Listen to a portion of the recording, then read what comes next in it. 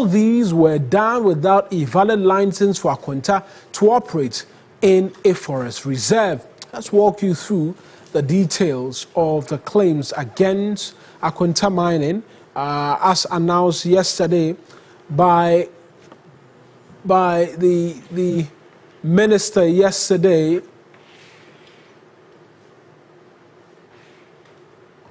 And we're going to walk you through those details. Amongst many other things, that Akonta Mining invaded the Samraboy Forest Enclave without a lease, and that amongst many other things, they were colluding with other illegal miners. Let's try and walk you through those details quickly this afternoon, and then hear from some individuals who are pushing for more than just disclosures. And so that's the first of many which I've identified to you, that they invaded the Samraboy Forest Reserve, that they were allegedly selling off, or they're selling access to the Aboy Forest Reserve to illegal miners for up to 300,000 cedis per concession.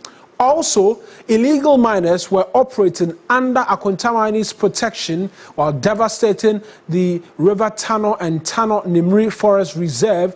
And interestingly, weekly royalties of up to 250 grams of gold were being paid to Akonta Mining Company by these illegal miners who were working under the protection of Akonta Mining Company Limited. Also, Forestry Commission officials were taking cut in exchange for keeping a blind eye or turning a blind eye, plus providing tip-offs to these illegal miners as and when a raid was to be conducted. Then the Minerals Commission, we know from the minister, has been authorized to terminate all of Akonta Mining Company's mining leases. Amongst many other things, the forestry officials who were involved in this illegality are to be interdicted and investigations to continue. And then as well, the Attorney General is to immediately begin processes to, amongst many other things, investigate further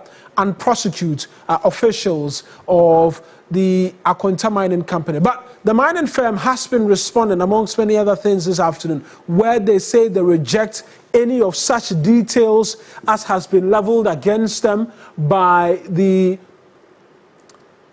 ministry. And I'm going to read for you verbatim what their response have been this afternoon to these allegations by the Lands and Natural Resources Minister in that press conference yesterday, amongst many other things. And here's what they say, amongst many things, that the minister's decision to publicly link Akonta Mining to illegal mining activities and to call for the revocation of their license is not only unjust, but it's premature, but also a case of seeking to hang the dog and give it a bad name. They say that they vehemently deny any knowledge whatsoever or association with one Mr. Yisi, who is falsely alleged to be linked to them. They also say that it's the decision by the minister to accuse them publicly and also direct for the termination of their mining licenses is a breach of natural justice because they've not been given the opportunity to be heard, and it's politically motivated. And lastly, it's deeply concerning that state institutions are shifting blame onto a private company that has never been granted access to the said forest reserve. Let's hear from the minister again yesterday when he made those declarations or revelations. Then we hear from private legal practitioner Martin Pebu, who wants more with regards prosecution. Sorry. As you may recall, in our previous engagement, I stated that under the leadership of His Excellency President John Mahama, we remain unwavering in our commitment to eradicate the scourge of illegal mining, an environmental sin against humanity and against God. We promise to carry the good people of Ghana along with these periodic updates. And today I'm here to provide key developments in this fight. One of the most egregious cases we have uncovered involves Akonta Mining Company Limited, a company legally registered and granted a government lease to mine responsibly off reserve outside the forest. Your company, however, does not possess an entry permit into the forest reserve of the Samraboy Enclave, of the Western North region. Yet, investigations reveal that Akonta Mining has flagrantly abused this lease. In August, as you recall, in August 2022, the Forestry Commission, with the assistance of the Ghana Police, made some arrests of persons associated with Akonta Mining, encroaching on the forest reserves, specifically Compact 161. Let's now hear from private legal practitioner Martin Pebu, who's urged authorities to speedily prosecute directors of Akonta Mining. Amakufibua should be commended for finally taking that bold step. Even the revocation of the mining lease alone in itself is far-reaching, but let the prosecutions flow. Because if we set an example of Chairman Wuntumi, it will send a chilling effect to the other people, because then it appears Wuntumi is invincible. Yes, Wuntumi appears invincible. He is even threatened us in other rejoinders, telling us that we should be careful. He will sue us, etc. Now we'll see who is going to sue the other person. So we commend Ama Kufibua, Minister for Lands and Natural Resources, to and encourage him to go the 9 yards, make sure that the investigations lead to a criminal prosecution. Given that the minister in his address makes the point that this time around they are targeting the financiers or the big people behind the operations, are you surprised that as at now we have not been informed that he, for instance, or any of the directors connected to the company have been arrested? Well, I would say I want to hasten a bit slowly. At least he's just informed us that these are the results of the investigations, and he's asked for the revocation. You see, even the statement from the minister alone, that statement alone, all things being equal, is very far-reaching. As private legal practitioner Martin Pebu speaking earlier this morning on TV3 New Day, but we understand, Kems, that there's a lot more in relation to these operations currently underway by the Forestry Commission and then the police personnel as well who are attached to them. I'm sure you want to get a bit more details. Absolutely, and that's what we're going to do now. We'll get on Zoom and speak to the Deputy Chief Executive of the Forestry Commission, Elikem Kotoko. He was part of intelligence team that conducted the raid in the 6 illegal mining sites located in Samreboy in the western region, which allegedly belongs to Akonta Mining. Good afternoon, Elikem. Right, Elikem, first let's talk about the conduct of the exercise. We know that based on the findings, some officers of the Forestry Commission were indicted, so to speak. Are these officers known to you? What else can you tell us about the situation now? Thank you so much. And yes, those officers who in one way or the other are known to have been complicit in any involvement with these illegal miners will be further and thoroughly investigated, and any other punitive action that ought to be taken against them will be done so that things are done properly. I see. Speaking of doing things properly, how is this incident changing how you're dealing with your officers? What are the changes? Well, there won't be much change. I mean, as a commission, we would only have to still continue to work and make sure we abide by the work ethics that is established by the institution. And so anybody who acts contrary to that will be dealt with as it's supposed to be. I see. I was asking that because you very well know that based on what the minister intimated to the media, there was some bribery that had taken place, compromising officers of the Forestry Commission. Now, the point of my question was to find out whether or not there are plans in place to ensure that this does not happen going forward. What specific things are you doing? The specific things we will not outline now for public consumption, but we'll be making sure we put in stringent measures to ensure that that becomes a disincentive for staff who work for the Forestry Commission, because the priority here is Ghana and our land, our vegetation and our water bodies. And I must say again, kudos to His Excellency President Mahama for walking the talk, and especially also for knowing that Honorable Emmanuel Amakofebua is the right person to discharge these duties, which he is doing diligently without any shred of fear or favor. And so whatever actions ought to be taken against anybody for being complicit in this will be done without any fear or favor. It is in line with the president's policy of making sure we leave Mother Ghana better than we met it. And so that is not in doubt. I see.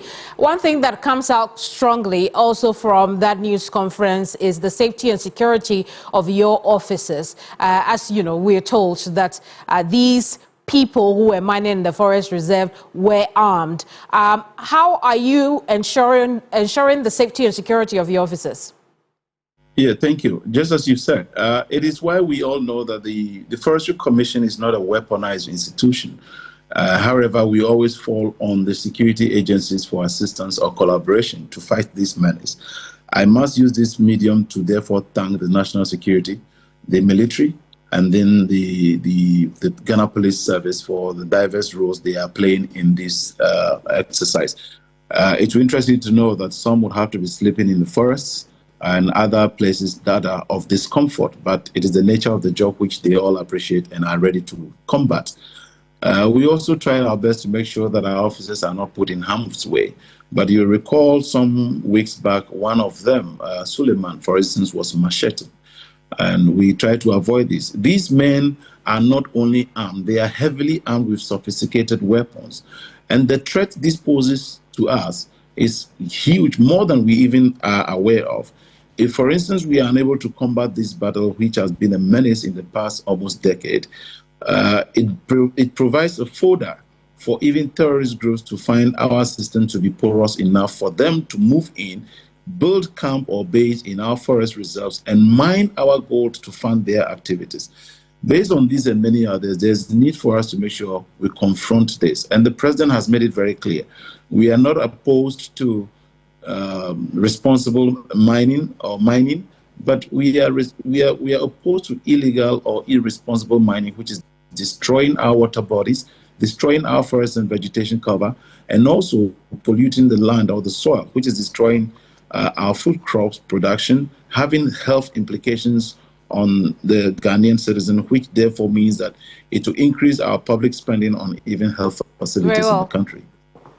Well, Edcam, just before I let you go, I have a few more questions I want you to throw light on. For instance, with Akonta Mining in the Samre Boy Forest, the Aboy Forest Reserve, talk to us about, based on your knowledge of the incident, how long they had been there, and whether or not before you came into office, the Forestry Commission had taken any action in response to their presence or illegal presence in the forest area. What are you learning?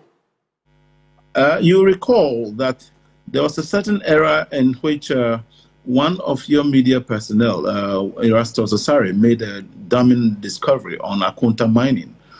And to the shock of every Ghanaian, it rather took the president at the time, His Excellency Nana Addo Dankwa Akufo-Addo, to come out in another counter press conference style to refute that media reportage by Erastus, saying that Akonta Mining was not operating illegally, amongst other things. This was the extent of damage and the scourge that was being condoned by the regime at the time.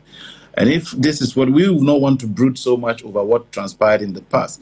But to the best of our knowledge, Akonta Mining does not have all the requisite permits in order to do what it's doing. And just as you are aware, they were subletting concessions to other illegal miners like Chinese, etc., who were ready to pay a minimum of 300,000 cedis, and they could be given that, and were also bound to be given about 250 grams of gold at every mine, right, amongst other things. And so it is why it's very surprising that we have seen that these are not people who are even nationals, but they are foreign nationals conniving with our Ghanaian nationals to destroy our vegetation, destroy our land, our water bodies, food crops, aquatic life, etc. And we'll be going back to their countries to enjoy the booty they make out of everything here. Today, even today, Akonta Mining is still denying this incident. In fact, they say that what they say is that it's concerning that the state institutions are shifting blame onto a private company that has never been granted access to the said forest area, and that's Akonta Mining responding to the exercise that took place recently. They also go on to say that the decision by the minister to publicly accuse them and call for the revocation of the license without any investigation or hearing is not just unfair, but it's also a clear breach of natural justice and politically motivated in its act. How do these comments come to you? They should save that the conversation on natural justice to themselves if they truly understand what natural justice is. These are people who are condoning the destruction of the natural environment, and they are talking about natural justice. Mind you, whether Akonta Mining itself was engaged in those illegal activities or not, it's been established that they do not have the full permits to be doing what was being done. If they deny being the ones involved in that as well, so it is instructive to know that then they are culpable because they are responsible for the lands which were being degraded because the people were operating illegally on their site. We met people there called, one for instance is called AC, who happens to be the manager of the place, who confirmed that there are about 8 sites or 8 different groups on their land, and there were a minimum of 2 excavators on each one. Meanwhile, we found even 5, 7 excavators on some sites. And you see, if you are responsible for a parcel of land, and there are people who are encroaching and you've been mute over it, what is the political connotation to this? It has no political coloration. The people living in Samaboy have confirmed to us themselves that in the past, there were macho men, there were security people, heavily armed men who were guarding the entire place, and nobody could do anything.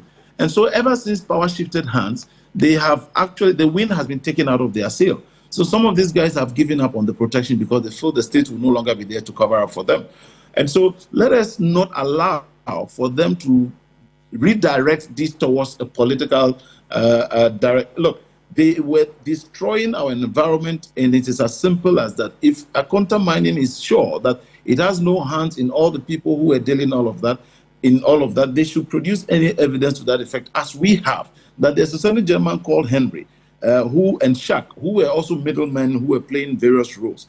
We are letting them know that the people went deep into even Forestry Commission's Compartment 49 and 121. Then you rather hear them say, oh, and the minister rather wept, and that did not show leadership. Kwame Nkrumah even wept on the day of independence, and that was show of leadership. Very well, Elikem, we'll leave it here. Thank you so much. Elikem Kotoko is Deputy Chief Executive for the Forestry Commission. You're live here on News Central. We'll take a quick break. When we come back, we'll call it a day.